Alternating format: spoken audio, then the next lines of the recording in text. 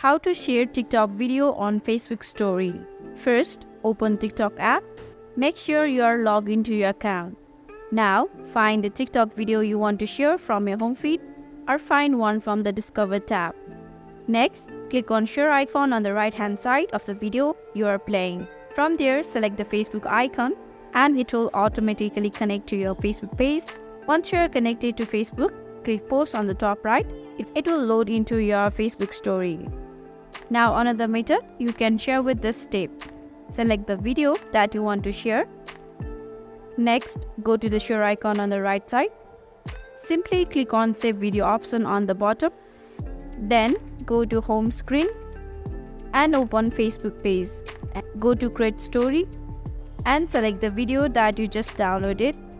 Now to share, simply tap on share option on the bottom. So this is how you can share TikTok video on Facebook story. If you found this video helpful, then don't forget to hit the like button and subscribe us for more helpful tutorials. Thank you.